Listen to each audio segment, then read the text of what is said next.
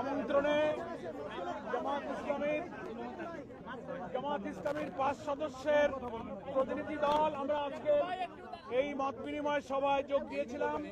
আমাদের দলের নেতৃত্ব দিয়েছিলেন বাংলাদেশ জামাত ইসলামীর সম্মানিত কেন্দ্রীয় নায়েবে আমির, বাংলাদেশ ইসলামী ছাত্র শিবিরের সাবেক কেন্দ্রীয় সভাপতি ডক্টর সৈয়দ আব্দুল্লাহ মোহাম্মদ তাহের, সাবেক এমপি। তিনি এখন আমাদের পক্ষ থেকে তিনি ব্রিফ করছেন।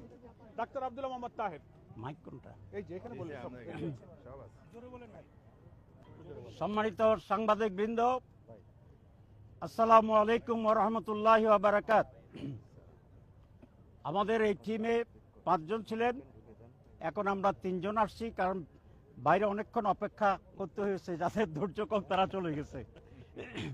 আমার ভাইয়ে যিনি আছেন আমাদের দলের মাননীয় সেক্রেটারি জেনারেল এবং সাবেক এমপি মিয়া গোলাম পরোয়ার অধ্যাপক, এবং আমার ডানি যিনি আছেন তিনি একজন সাবেক এমপি, আমাদের দলের অ্যাসিস্ট্যান্ট সেক্রেটারি জেনারেল জনাব হামিদুর রহমান আজাদ, আর আমার নাম তো আপনারা ইতিমধ্যে শুনেছেন।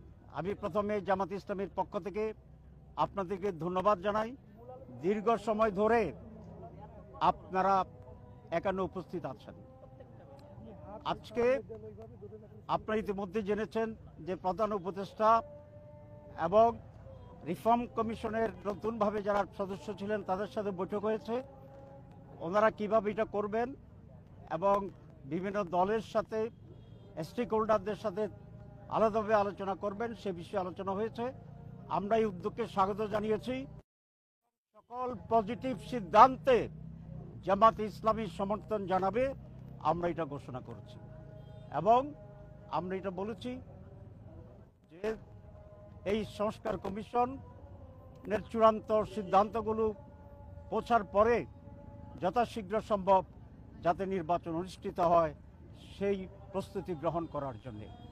আজকে মূলত এটা ছিল জিস্ট অফ দি ডিসকাশন, আর ডিটেলসটা ওনারা আমাদেরকে বই দিবেন, সেটা পর্যালোচনা করে আমরা জামাত ইসলামী এবং ওই যে টিম আছে সরকারের তার সাথে আলাদা বৈঠক হবে, মত বিনিময় হবে এবং সেখানেই আমরা আমাদের মূল সিদ্ধান্ত এবং আলোচনা জানাবো।